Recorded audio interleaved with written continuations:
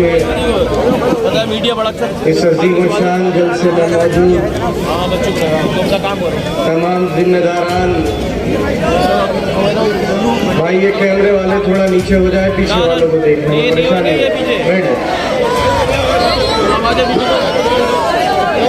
परेशानी मना कर दिया। बैठ यार, लोगों खा के बना लो। वो साजिद भाई क्यों परेशान हो रहा हो? उधर करके बना लो। अच्छा, ये तमाम रोशनियाँ आगे जाओ ना। आसिम भाई तुम ये तमाम आगे आओ। ये तमाम चुनाव, ये तमाम शोहरत, ये तमाम जिंदाबाद के नारे जगह नहीं है आज यहाँ पर इस तारीखी जलसे में है तो जरूर, लेकिन इनकी खूबसूरती, इनकी रौनक आज इसलिए कुछ फीकी है क्योंकि वो शख्स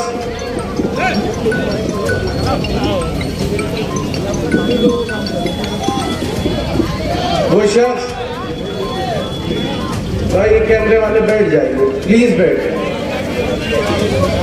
जाए, निजाम बना, और लोगों को देखने में मुश्किल हो रही है।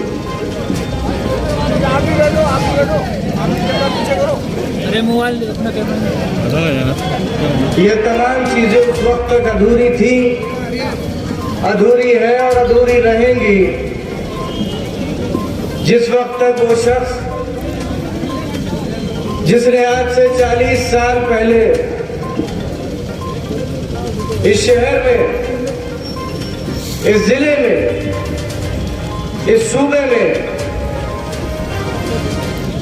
अपनी एक आवाज बुलंद की थी। वो आवाज थी कमजोरों की, वो आवाज थी मजदूरों की, वो आवाज थी बीड़ी बनाने वालों की, वो आवाज थी कार चौक का काम करने वालों की, रिक्शा वालों की, और वो आवाज बहुत कमजोर थी क्योंकि साथ देने वाले चुनिंदा लोग थे।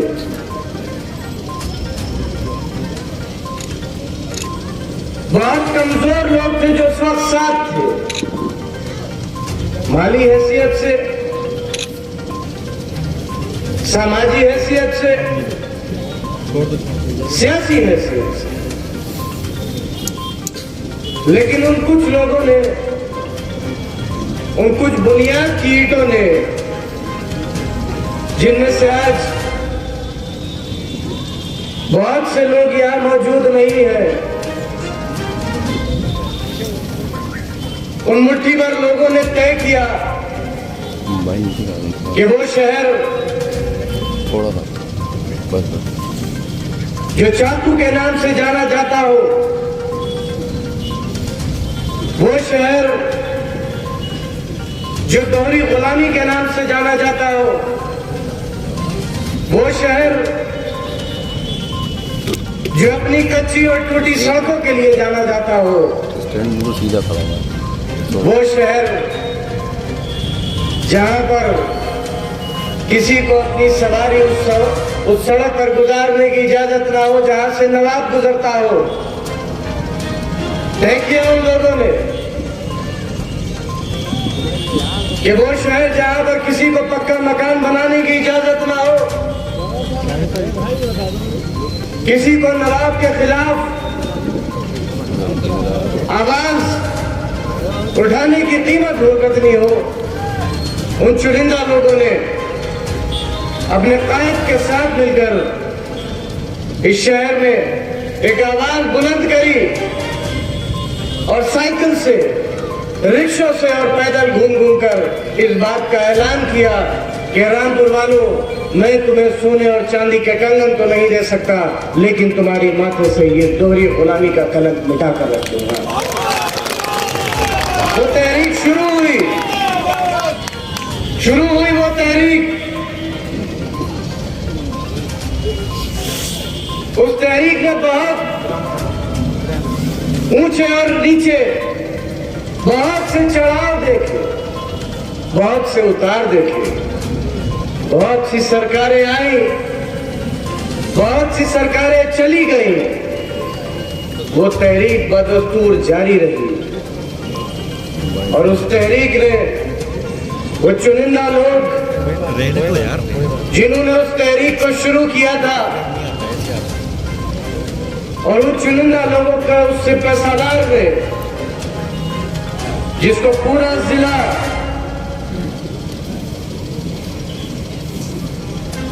आजम भाई कहता है,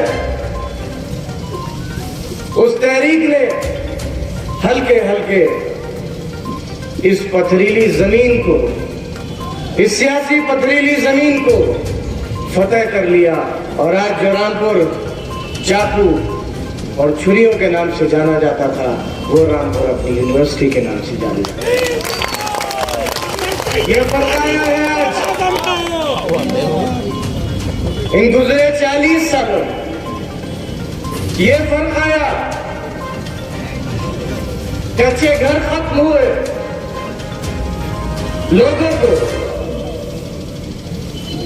बाइज्जत सर उठाकर चलने का अधिकार मिला। जो लोग गुंडों और बदमाशों से डरा करते थे, उनके शहर में गुंडे और बदमाश नहीं बचे। जो शहर कभी तालीम में सबसे पिछड़ा हुआ करता था, उस शहर के कमजोर लोग, उस शहर के गरीब बच्चे जिनके माँ बाप महंगे स्कूलों में उन्हें भेज नहीं सकते थे, उन्होंने रामपुर पब्लिक स्कूल देखा। जो बाहर नहीं पढ़ने जा सकता था, उसने जॉर्ज यूनिवर्सिटी देखी। जो लोग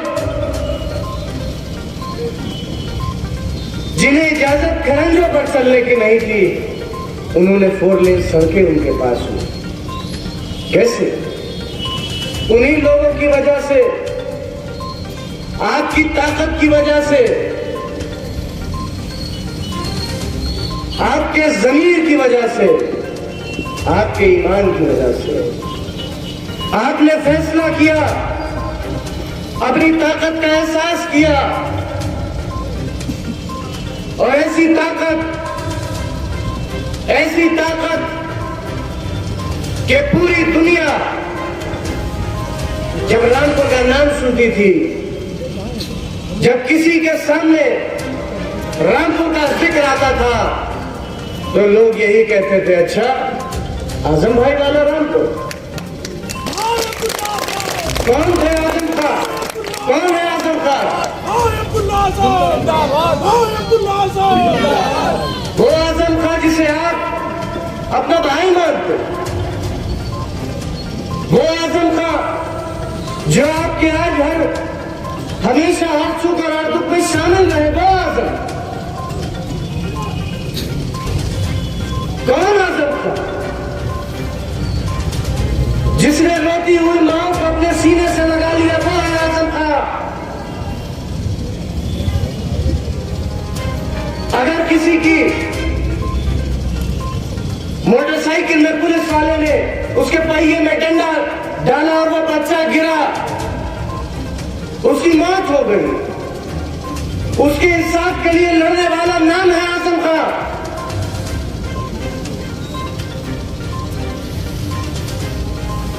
वो है आजम खां। पूरे शहर को अपनी अना के खातिर, अपनी जिद के खातिर जंग के मैदान में तब्दील करने वाले लोग क्या सोचते हो आप? आजम खां किसी हड्डी और गोश्त के इंसान का नाम है? अरे आजम खां वो है जो हर भाई के दिल में रहता है, जो हर माँ के दिल में रहता है, जो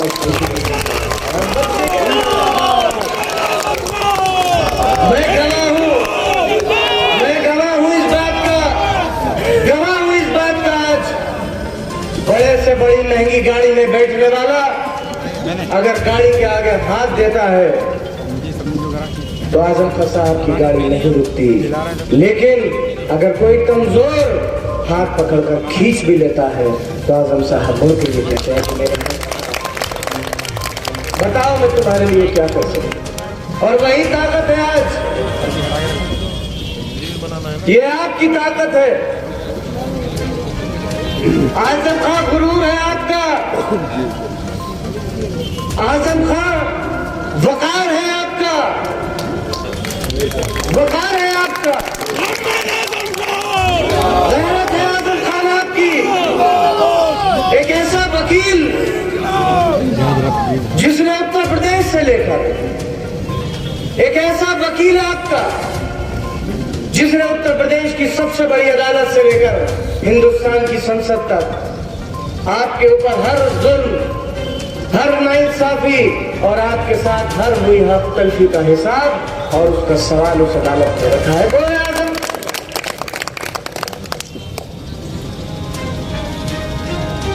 ऐसे मिटा दो। अरे आजम खां, मैं नहीं रहूं, ये नहीं रहे, कोई तो रहेगा।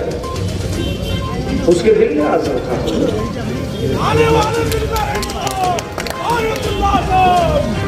उसके दिल में रहेंगे आजम खां साहब, उसके दिल में होंगे।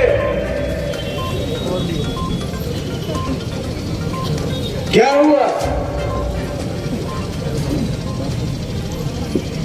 यही जगह याद है, अपने बचपन में आया करते थे जब अक्सर जलसों में या दूसरी तकरीबों में। कैसी थी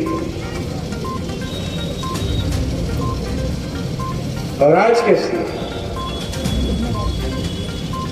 यही फर्क है गुजरे रामपुर में और आज के रामपुर में। लेकिन गवाह हो आप, गवाह हो आप, ये सब करने की कितनी बड़ी सजा मिली है। गवाह हो आप, वो आजम खां जिसने अपनी पूरी जिंदगी वक्फ कर दी इस शहर के लिए।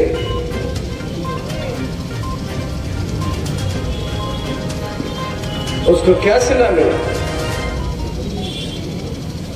जेल की 8 बाई 8 की कोठरी, पूरा खानदान बर्बाद कर दिया गया, बच्चों के बनाए हुए स्कूल, कुर्सी सर पर रखकर 8-8 और 6-6 साल के बच्चों को रवाना कर दिया गया, रवाना कर दिया गया। यूनिवर्सिटी पर बुलडोजर चलाया गया। मेरी बीमार मां, उसको 10 महीने तक तन्हाई की कोठरी में रखा गया। वो गिरकर कंधा टूटा, किसी को तरस नहीं आया। एक बीमार इंसान जो 9 बार विधायक रहा हो, दूसरी बार का सांसद हो, उसे कोरोना होने के 9 दिन बाद तक इलाज के लिए महरूम रखा गया। गवाह है पूरा शहर, क्या नहीं हुआ आपके साथ? गवाह हो आप, गवाह हो आप। जो माजी में आपके साथ हुआ, जो जुल्म हुआ, जो जातियां हुई, गवाह हो आप। इस शहर को, इस रामपुर शहर को जिसने हमेशा कमजोरों, गरीबों की आवाज को बुलंद किया, उसकी नुमाइंदगी करी, उस शहर को रामपुर होने की सजा भुगतनी पड़ी। क्या नहीं हुआ आपके साथ? कौन सा ऐसा जुल्म था जो बाकी छोड़ दिया गया आपके साथ? आजम खां साहब के साथ मोहब्बत का कौन सा इम्तिहान ऐसा था जो नहीं हुआ आपके साथ? न जाने कितने बेगुनाहों को जेलों में भर दिया गया, न जाने कितने बेगुनाहों के घर तोड़े गए, न जाने कितनी बहनों के साथ बदतमीजी की गई। वो शहर जिसमें लोगों की अक्सरियत उन लोगों की है जिन्होंने कभी थाने और चौकी नहीं देखे, उनके घरों के दरवाजों को तोड़ा गया। क्या नहीं हुआ? एनआरसी के मुकदमे के नाम पर क्या नहीं हुआ? पूरे शहर को मुलजिम बना दिया। वो लोग जो दिन में मजदूरी करते और तब जाकर रात को उनके घर का चूल्हा जलता है, मुलजिम बना दिया गया उन्हें। जिसका बेटा मरा, जिसका भाई मरा, जिसने अपनी औलाद खोई, वो औलाद जिसको लुकमा अपने खाने से पहले खिलाया, जिसको खुद तो भले ही खुले आसमान में सोया हो लेकिन उसको छत के नीचे सुलाया, उस बेटे को मार दिया। और उस मुकदमे में बेगुनाह नौजवानों के नाम रख दिए, उसके बाप को रख दिया, उसके भाई को रख दिया, उसके दोस्तों को रख दिया।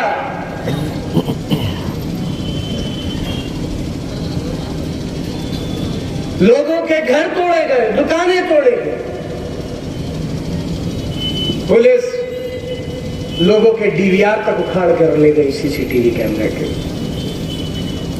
जिन लोगों को गिरफ्तार किया गया उनको रिमांड पर लिया और रिमांड पर लेने के बाद उन पर दबाव बनाया गया कि जिसका हम कहते हैं उसका नाम लो। दबाव बनाया गया उनके ऊपर। यही पक्का बाग का चौराहा, यही का गेट का चौराहा छावनी बना दिया 2 साल में। रामपुर वालों को एटीएम समझ लिया, एटीएम बना दिया, लूट कर खा लिया पूरा शहर, पूरा देहात। बेगुनाहों के घर पर रेड कार्ड के नाम पर दरवाजे तोड़े जा रहे हैं, आज भी तोड़े जा रहे हैं। गुंडा एक्ट के नाम पर, वारंट के नाम पर।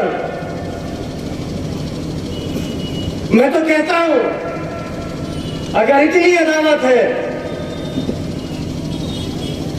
अगर इतनी दुश्मनी है और इतनी नफरत है रामपुर वालों से, जो वो लोग जो दूसरे शहर में बैठकर रामपुर का चुनाव लड़ा रहे हैं, नौकरी से इस्तीफा दीजिए, पर्चा भरिए, फिर देखेंगे रामपुर वाले किसका इंतखाब करते हैं।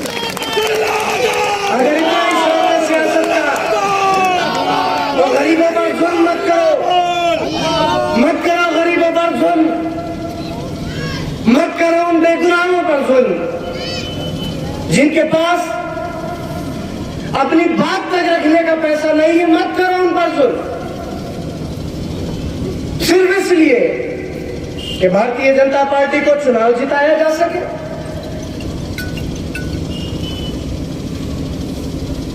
इसलिए पूरे शहर को जंग का मैदान बना दोगे आप।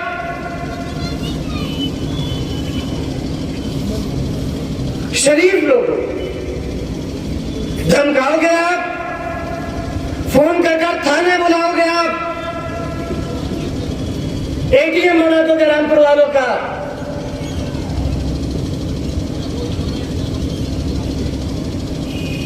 अपने साथ हुए हर जुल्म का बदला लेना,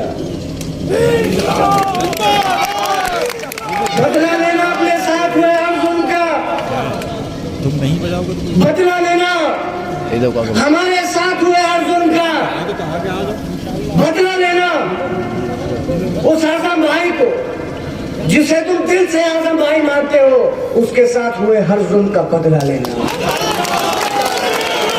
वो यहाँ से 300 किलोमीटर दूर, वो यहाँ से 300 किलोमीटर दूर खड़े हो वहां पर उस 8x8 की अंधेरी कोठरी में आपके फैसले का इंतजार कर रहा है। वही आपका भाई जिसे इतना सा बच्चा भी आजम भाई कहता है और एक 90 साल का मेरा बुजुर्ग भी आजम भाई कहता है। उसके साथ क्योंकि याद रखना, और एक बात कहकर जा रहा हूं,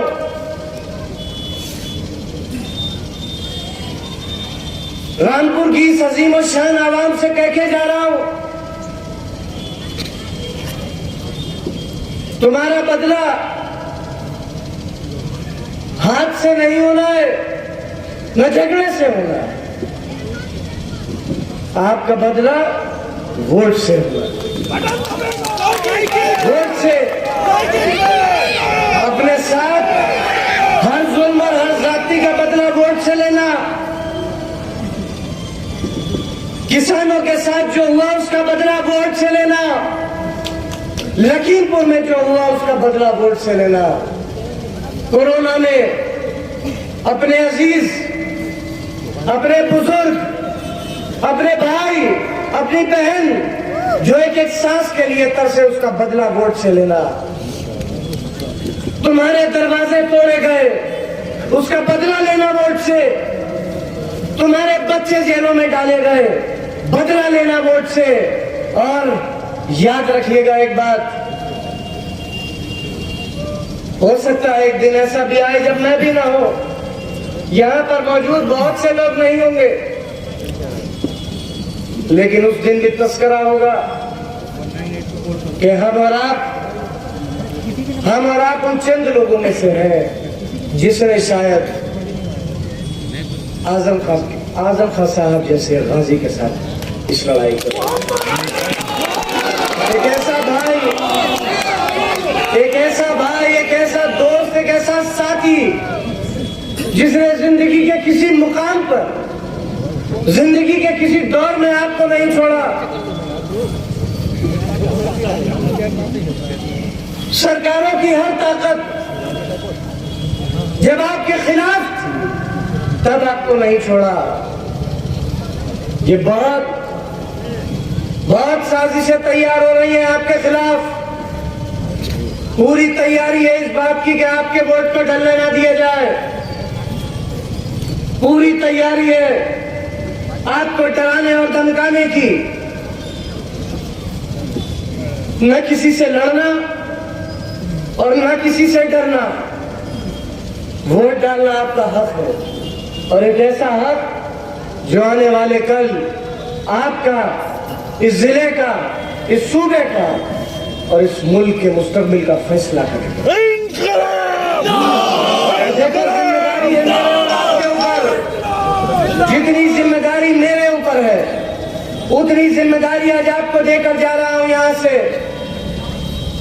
मेरी और आपकी जिम्मेदारी है अपने उस कायद की हिफाजत करना, उसके मिशन की हिफाजत करना, उसकी तहरीक की हिफाजत करना। क्योंकि अगर उसका मिशन नाकामयाब हुआ, उसकी तहरीक नाकामयाब हुई, उसकी जद्दोजहद नाकामयाब हुई, तो याद रखना आने वाले कल कभी कोई दूसरा आजम खां बनने की हिम्मत नहीं, कभी कोई दूसरा आजम खां बनने की हिम्मत नहीं करेगा। ये जिम्मेदारी है मेरी और आपकी।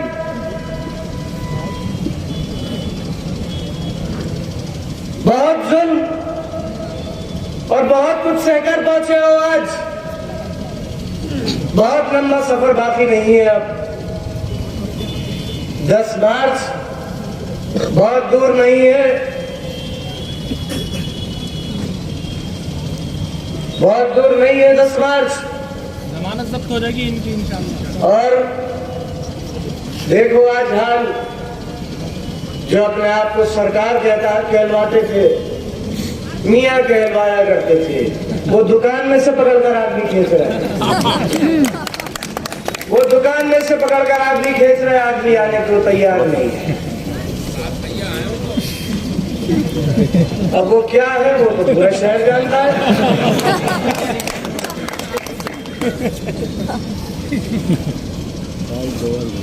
और भी है एक दो जिन्होंने पहचाना है मोबाइल में कि ये फला साहब हैं, ये फला मोहल्ले में रहते हैं, वहां जाओ।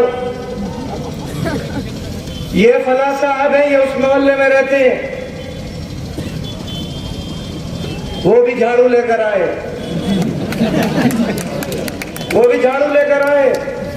अच्छा, उन्हें झाड़ू वो मैंने उन्हें देखा एक आध जगह आमने सामना पड़ गया, तो वो पटका और टोपी लगाए हुए वो थे, और बाकी वो थे जिनका वोट ही नहीं आया होगा अभी तक।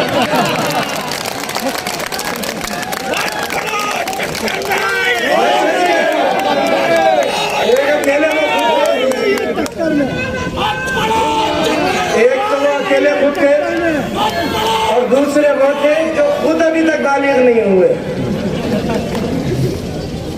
शुगर खाने पर लोगों को ये कहकर बुला लिया कि कंबल बैठने वाले। अरे अल्लाह के बंदो, इलेक्शन के बाद भी तो इसी शहर में रहना है। पैसे भी नहीं दिए। वो गरीब वहां पर जाने क्या क्या गिनाया। अरे साहब ये कब्जा कर लिया, वो कब्जा कर लिया, ये हो गया, वो हो गया। और जब चले गए तो लोगों ने पूछा कंबल कहाँ है? अरे कंबल की खातिर हम इतनी देर ठंड में खड़े रहे, कंबल तो दो। जो वहां खड़े हुए तो बोले भाई हम तो खुद कंबल डाल देंगे। तो ऐसे लोगों से होशियार रहे। बहुत आएंगे और बहुत आए, लेकिन आप और आपके आजम भाई आज भी वहीं है जा करते हैं। हमारा जो कुछ भी है, हमारे पास आज जो कुछ भी है, हमारा जो भी नाम, हमारा नाम, हमारी इज्जत, हमारी शोहरत या तो उस अल्लाह की दी हुई है और उसके बाद आप। हम जब तक जिएंगे, हम जब तक है और जब तक रहेंगे, आपको कभी आपने ये तो सुना होगा कि आपका सांसद विधायक जेल में है, लेकिन ये नहीं सुना कि आपका सांसद और विधायक ने अपने जमीर का सौदा कर लिया। मैं इसीलिए कहता हूँ आजम का साहब गुरु है आपका।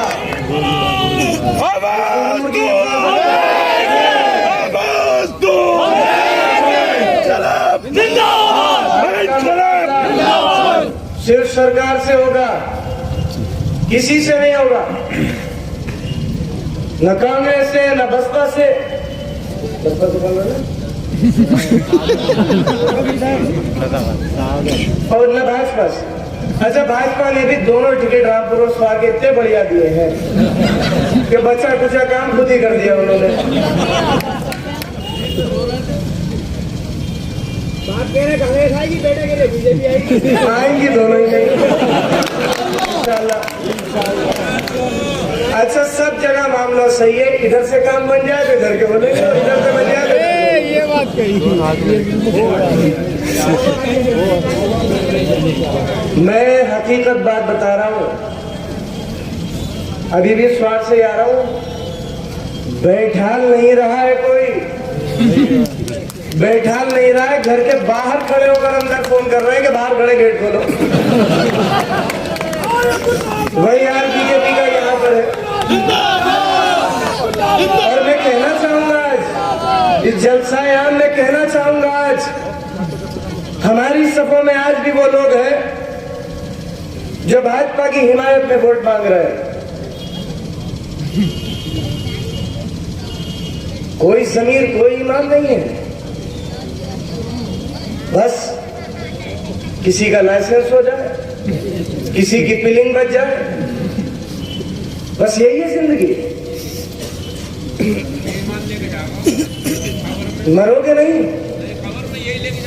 अपने मालिक के सामने नहीं जाओगे, क्या करोगे? किसका साथ देकर आए? जिसने इंसानों को इंसानों से लड़ाया, नफरतें फैलाई। वो समाज जिसे मोहब्बत की जरूरत है उसमें नफरतें बांटी, उसका साथ दे रहा है सिर्फ अपनी जाती अना में। मुखालिफत होनी चाहिए, लेकिन इतनी भी ना हो कि इंसान उसके लिए अपना ज़मीर और अपना ईमान बेच दे। मुखालिफत करिए, लेकिन उसका मतलब ये नहीं होता कि आप पूरे शहर को मुल्ज़िम बना देंगे। करिए मुखालिफत, लेकिन उसके लिए माँ बहन बेटियों की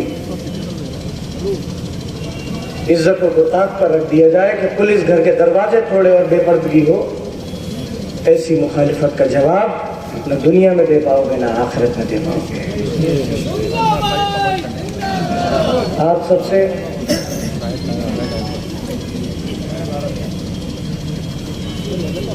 मैं तो बस एक पैगाम लेकर आया और अपने उस पैगाम के बाद चला जाऊंगा। और मैं जानता हूं कि अगर मैं नहीं भी आता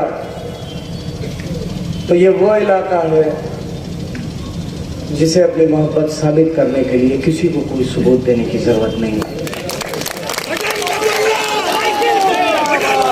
ये वो इलाका है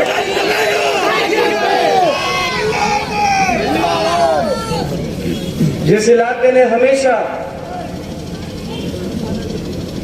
इस जंग को, इस मजबूत जंग को अपने मजबूत कंधों के साथ लड़ा है और आगे भी लड़ेगी। और ये सब जो कुछ भी आज है वो सब कुछ ऐसे ही मजबूत लोग। मैंने कई मौकों पर इस बात को कहा भी कि मुझे कम से कम यहाँ किसी को कुछ समझाने की जरूरत इसलिए नहीं है क्योंकि यहाँ पर अक्सरियत उन लोगों की है जिनका साथ आजम खां साहब के साथ मेरी उम्र से भी ज्यादा है, उम्र से भी ज्यादा है। मैं अपनी बात को खत्म करूंगा और आप सबसे बस यही गुजारिश करूंगा कि आवाज को बचाओ, अपनी तारीख को बचाओ, अपनी गैरत को, खुददारी को, ईमान को बचाओ। अपने उस वकील की हिफाजत करो जिसने हर मौके पर आपका साथ दिया, आपकी वकालत करी और आज वो सिर्फ मेरी और आपकी मोहब्बत से नफरत करने वालों के इरादों की वजह से एक 8x8 की अंधेरी कोठरी में बंद है। हिफाजत करो उसकी। आपके फैसले को पूरा हिंदुस्तान देखेगा, पूरा उत्तर प्रदेश देखेगा, पूरी दुनिया देखेगी। ऐलान करो आज 14 तारीख को एक एक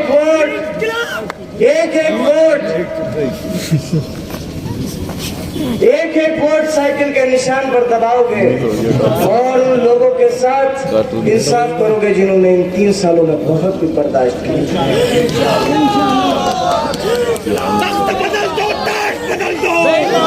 दोगे ना साथ?